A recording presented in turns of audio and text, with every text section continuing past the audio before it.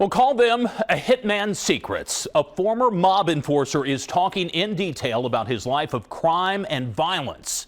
Now, in a Philadelphia TV exclusive, he tells his story, only to CBS 3 investigative reporter Walt Hunter. Murderer? Yes. Drug dealer? Yes. Thug? Yes. John Alite shot, stabbed, beat, and threatened his way into one of the most feared mob titles in America.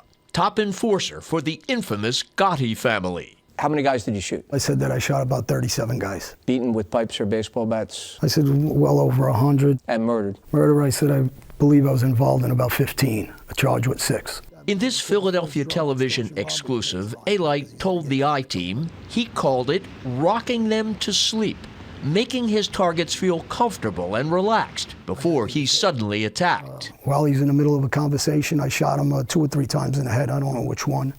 And I spit on him. It was nothing. It was like I just played a baseball game because I was a big baseball player. And I had a cheeseburger, double cheese. I could tell you what I had, a Coke and fries. He says he actually enjoyed murdering one man so much, he wished he could do it again. I'd wake him up and kill him again, and I'd like to torture him. Among those he says he was asked to kill, reputed Philadelphia mob boss Joey Merlino, an offer he declined. So they approached me, had a conversation, and as soon as I found out, I did a little homework, I told them, forget it. Although he worked for New York mobsters, the right-hand man of John Gotti Jr., he lived for a time in South Jersey. Known to be a killer by authorities, he was questioned and cleared in the murder of Carol Newlander. But he was convicted of attacking a contractor he suspected of trying to cheat him. I beat him up, pistol whipped him, stripped him down naked. It was probably about 30 degrees at the time. And I made him get in the lake and I made him go under the water and I just played around shooting at him. And, purposely missing him. But I told him, if you come up, you're going to get struck with a bullet. Beginning with this book, Gotti's Rules, by nationally known organized crime writer George Anastasia, and continuing in our interview, Alite is now out of the shadows, showing his face and turning his back on the mob he once killed for. A light switch went on in my head when I was sitting in those cells, and I said, you know what? This life is baloney, crap, and I'd be a lot stronger with those words if we weren't on camera. And Alite says how you see the mob members portrayed in movies and TV is the biggest fiction of all. There's no loyalty. We kill each other.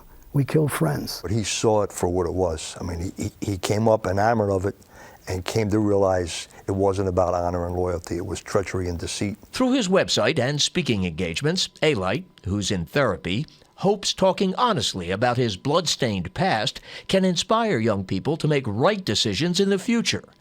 Walking free on the streets he once prowled as a hitman, the 52-year-old says defiantly he no longer fears the mob he left behind might now be stalking him. No, I don't even think about it. If you want to find me, here I am. I don't go nowhere. I got to laugh. If I have to worry about the Gottis, I'm going to live to 110.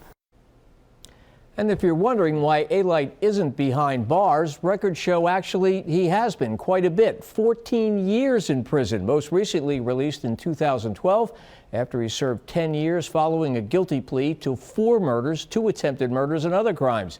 That sentence, by the way, was reduced because he agreed to testify against others. Chris and Jessica? Wow. Still, Walt, he quit the mob. He publicly criticized it. He cooperated with prosecutors. Wouldn't at some point you expect him to be in some kind of witness protection program? We spoke about it. He said he was offered witness protection under the federal witness protection program, but he's turned it down. Wow. What a story he has to tell. Quite a story. Walt, thank you so much.